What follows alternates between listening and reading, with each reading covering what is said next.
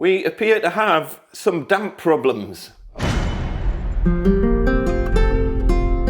Hiya folks, welcome back to the show. I'm Andy Mack and I'm taking you on our journey of our 1920s renovation project. And when we were clearing all the stuff out of this room and taking the storage heaters off and taking the wallpaper off, thank you Mrs. Mack, we found quite significant damp in this wall behind the wallpaper. I'm going to take you through this one in a bit more detail later on because this is going to be a slightly bigger job to fix. But all I would say is 9 out of 10 times, in fact probably 99 out of 100 times, damp problems are nothing to do with damp-proof courses and rising damp and injection damp-proof courses. You've got to bear in mind that I'm the guy who used to get called out to houses to fix problems, and I would be chatting away to customers saying, oh, you've had your room replastered, and they're like, oh yeah, we've had 3 injection damp-proof courses on this house, and nothing seems to be fixing the damp problems. And then I'm the one who breaks the news to them to say, well, is it not that gutter up there that's leaking that's causing all the damp problems? And they're like, oh, well, the damp man said we definitely needed a new damp-proof course. And I'm like, well, try fixing your gutter first and see if that fixes the problems. And as I say, 99 out of 100 times, that's what sorts it. Now, just to show you the damp problems down here, these little cheapy damp meters are an absolute waste of time. They're not particularly accurate. They don't tell you the full story. Often they give you very misleading results. But it's purely just to kind of illustrate the damp in this wall. I don't know if you can see that. So it's showing as kind of 30% or thereabouts. Try it there, 11. Sometimes salts and things in the wall can throw the readings off, but just to show you a dry section of wall, we're getting kind of 5, 6, 7%. But down here, clearly there is a problem. You can see it's going right up to 30-odd%. But then we've got other issues such as around this chimney breast here, and let's see if this is showing any damp problems at all. Not really, 11%. I can tell you right now that when we first moved in here, this was showing about 30% around the chimney breast, and it's dried out a lot. And if you get a damp expert, or not a damp expert, but like a damp-proof company out, they will tell you it needs a new damp-proof course, but it doesn't. It's almost certainly, the dampness around the chimney breast was almost certainly due to the fact that it was an uncapped chimney, it wasn't vented in any way, and for goodness knows how long, water's been coming down the chimney, just kind of sitting there at the bottom, no air could get into it, and therefore it's just caused a little bit of damp to come through the walls around here. And now that this is all opened up, it's dried out, it's fine, and we're going to be capping the chimneys and putting proper cowls on and things anyway, so that should be less of an issue. Around here in the front hall, we've got all these kind of signs of damp, but there is no dampness, 7% or thereabouts, so this is probably left over from a leaky roof, and they've had the roof fixed, and that's now happily drying out. But if you remember when we first bought the property, we had a literal swimming pool inside the garage, and that was caused by a broken gully down here. And effectively what was happening was all the rainwater coming off the roof was getting funneled underneath the house rather than away from the house. In that sort of situation, you're probably better disconnecting all of your downpipes until the problem's solved, because the downpipes are literally acting as a funnel forcing all the water underneath the house until the gully's fixed. So the gully's all fixed now, and that problem's gone away, and that wall has dried out nicely. We had dampness in this valley coming down the roof, and there was dampness showing on the inside of the ceilings around, all around this room, and that turned out mostly to be condensation caused by a cold spot on the roof. And over here, where that board that is basically forms the back of the valley coming down the roof line, that board was damp, and that was caused by the gutters not having a proper fall on them, and all of the water kind of gathering in the gutters at that corner there, and it just wicking back up the wood. Once again, in this bedroom as well, we had signs of dampness in the ceiling all the way across the top here, and again that was caused by condensation. So I've taken the ceiling down, I'm going to be insulating up there, And once we put all that back, we shouldn't get any of those condensation problems anymore. There's signs of mould and mildew on this wall here, but it's all dry. This is in the living room, so clearly there's been some sort of problem here at some point. We'll go and have a look outside in a minute and I'll show you what the problem almost certainly was. But that's all dry and not a current issue. Again, just to show you on the not very good damp meter, that is showing 8% or thereabouts, so that's fine. Let's check down in this corner here around the bay. 6% there, that's okay. But what about here around the corner? 17%, a little bit high. So there's a little bit of dampness in this wall, but the problem wall is definitely this one, 30% in that wall. And my suspicions as to what's causing that, I need to take you outside and show you. So if you remember, one of the first things that I did on the first video when I gave you the tour of this property, do you remember this downpipe here that wasn't even connected? We've got old cast iron drain pipe there coming down. What's going on next? Do some minor repairs while I'm here. And this little elbow here had come off and all the water from this downpipe was going straight down into the ground around the bay window, and you can see by how much of the pointing is missing around there and all the dampness and moss and things. That's been leaking for a long time. It's probably been leaking from shortly after this was installed. I mean, this is relatively new guttering here, but that's definitely been causing a problem. So that'll probably be the reason for the slight level of damp around the bay, where it was showing, what, 10-15% or whatever. But this is all connected up again, so it's drying out. That's fine. The bigger issue at the back, though, was the cast iron downpipe that was coming down here. Again, if you've watched previous videos, you'll have seen the cast iron downpipe was completely split all the way down the back due to zero maintenance over a long period of time. That had just been left for years and years, probably 20, 30 years that's been funneling water off the roof straight down here and into the wall. And you can see, again, you can see how damp the wall is all around there, and it's been funneling water effectively under the kitchen floor. We also don't know what's going on with this drain as well. I suspect this drain could well have the same problems that we had at the front drain. The gully might be broken. We'll find out because this is all getting ripped out. But you can see all the way around here, the pointing all around the bottom is absolutely shot. And this is another problem, is that we've got concrete down here. The concrete's all broken. There's nowhere for water to drain to. There's no drain or anything. There's this drain, but it's walled off, so water from around the side here can't get into the drain. And because the pointing is so bad around here, and if I just show you a little bit, you can see how broken the kind of concrete ground is around here. So, and we've probably got various gutter issues, but you can just see from the sheer amount of moss down there, that has been an issue for a long time. Water has been leaking from gutters and from downpipes and from everything, pooling there, seeping under the floor and causing no ends of problem for our kitchen. So the room that we've got the problem with is basically on the other side of that wall. So let me show you. There's various other bits of kind of evidence of what's been going on here. Ignore this because I've already started ripping the floor up. But can you see how the paint is flaking off the wall? But look, it's not flaking off the wall down here. It's only flaking off the wall up here.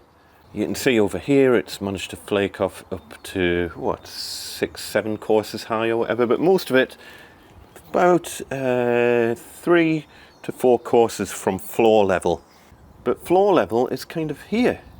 So that's interesting, isn't it? And having a look over on the other side, that's nowhere near that kitchen floor, the paint's more or less fine. I mean, there's a little bit of flaking there, but nothing compared to the flaking of the paint just along that side there. So we've got clear signs of damp coming up the wall around here and on the other side as well.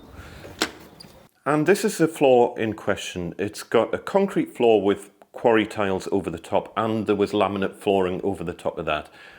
Any moisture in this floor could not get out. And you can see even down the front here, these bricks are pretty much wet to the touch.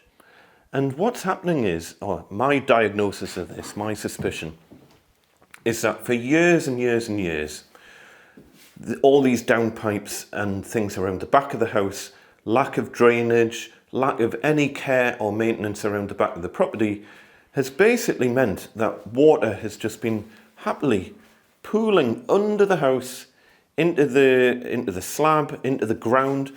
So you can see how damp the ground is. I mean, considering that's kind of near the middle of the floor, the ground underneath the concrete shouldn't be that damp. Here's the old lead water supply as well, and it's very possible that there was a leak in that. We'll find out because I'll be taking all that out. But the crux of this is that this floor is soaking wet.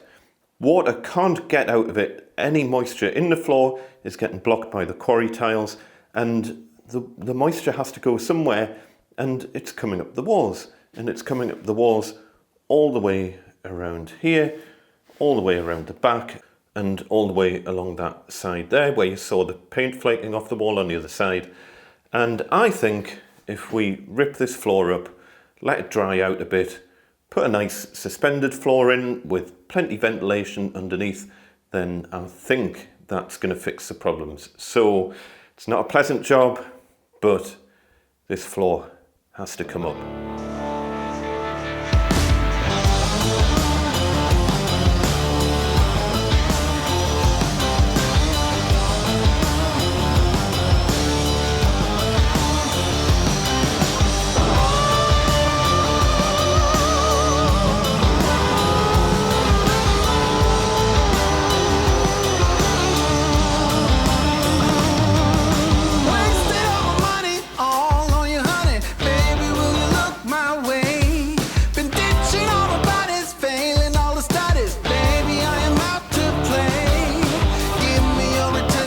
Sweet redemption, I will never let you down.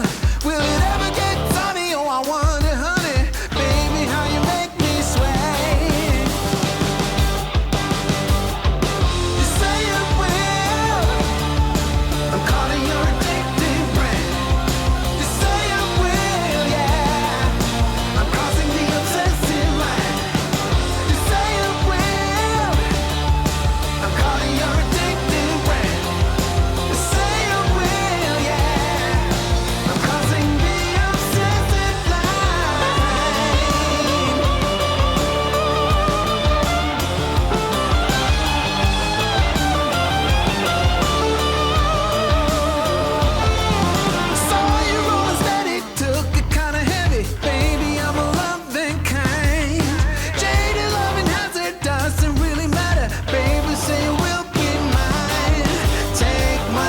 And my safe protection, I will always be around.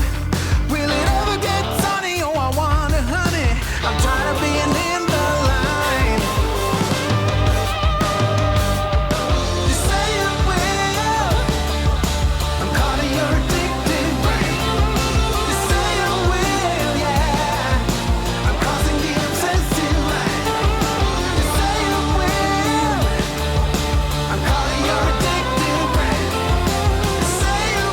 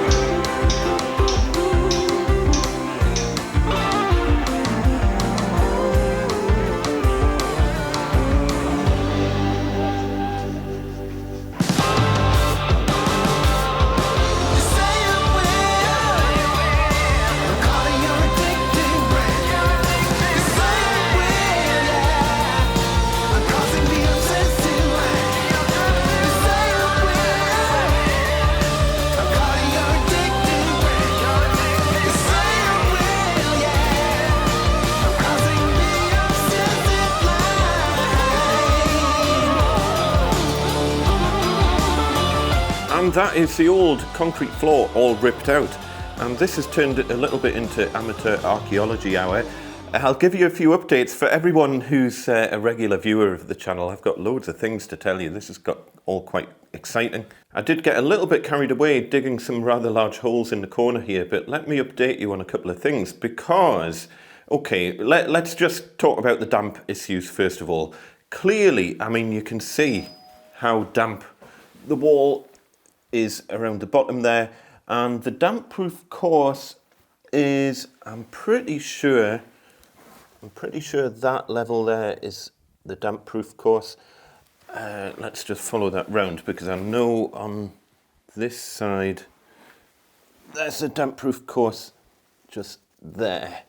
So it's that row of bricks. Yeah, fairly certain that's a damp proof course. So blatantly the floor was bridging the DPC, and that's what's been causing water to wick up the walls. So if nothing else, just digging around the edge here and making sure that the floor isn't touching the DPC and bridging it, even though it's an old bitumen damp proof course, it would stand a much better chance of working if we weren't bridging it. So I've got a little bit more work to do here, but I'll update you on a future video as to how quickly this dries out and whether or not this resolves the problems, but it absolutely should do. I definitely need to dig a little bit more of this subfloor out because we are only just at DPC level. There's some new DPC there that I've run in, but there's the wall plate, and the wall plate sits on top of the old bitumen DPC there. So damp level is under that course of bricks there. So blatantly the floor was bridging it, and it's still being bridged at the minute by the soil. The soil's bridging the DPC, so no wonder there's been water wicking up these walls. No wonder. So as I say, a little bit more work to do digging this out.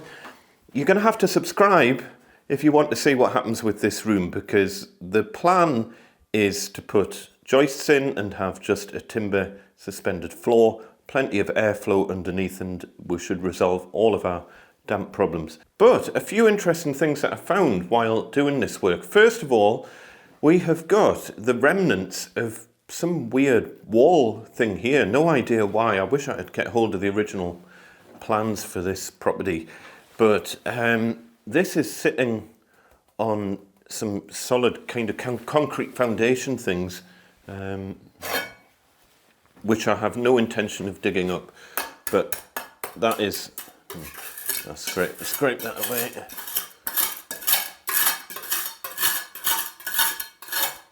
That is very thick.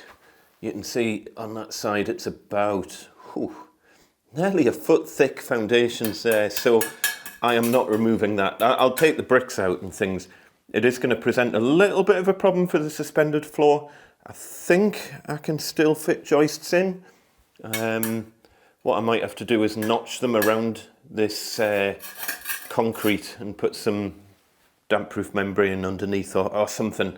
I'm not sure. I'll work something out, because ideally what I want to do is have joist hangers on that wall and suspend the joists all the way across to that wall. Again, interesting things that you come across in the construction of old houses is that I expected this to just be a rectangular box with bricks going all the way down to the foundations all the way around, and that sadly isn't the case. We've already talked about the fact that we've got some mystery foundations here with some very neat rows of bricks, and these bricks, by the way, have bitumen underneath, so they clearly were a permanent fixture at some point, because that bitumen there, that is the old damp-proof course. And in the corner here, next to the back door, the concrete slab, only in this area, runs all the way under that wall and under there. So you can see the bricks kind of end, the bricks end there, and on this side the bricks end kind of there. So that's a bit annoying. I'll have to work something out here. What I might have to do is shutter it off, put some new concrete in just to neaten that up, and put the joists on a little sleeper wall at this point. I'm not sure. I need to work it out exactly what I'm doing with the joists, because it's suddenly got a little bit more complicated than it was going to be, but it'll be fine. As you probably saw in the video, I unearthed the old lead water pipe, and interestingly, I don't think there was any leaks in this pipe. The pipe is really thick. I don't know if you can make out the edge of the pipe there, but 5-6 mil wall on that pipe, so I don't think the water supply was leaking.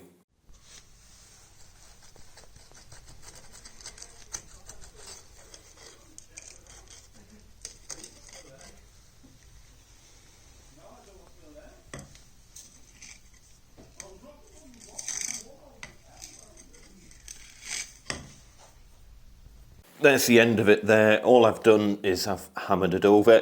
I mean, it's a dead pipe. It's disconnected at the other end, but just for the sake of it, I've just hammered over the end of the lead there. And of course, I managed to get that old mystery pipe out, and it wasn't connected to anything. So sure enough, whoever said in the comments that the continuity to earth that I was getting was literally because of it touching earth, I think you were right. But I'm well aware that earth gives continuity to earth, but this is a bitumen coated pipe.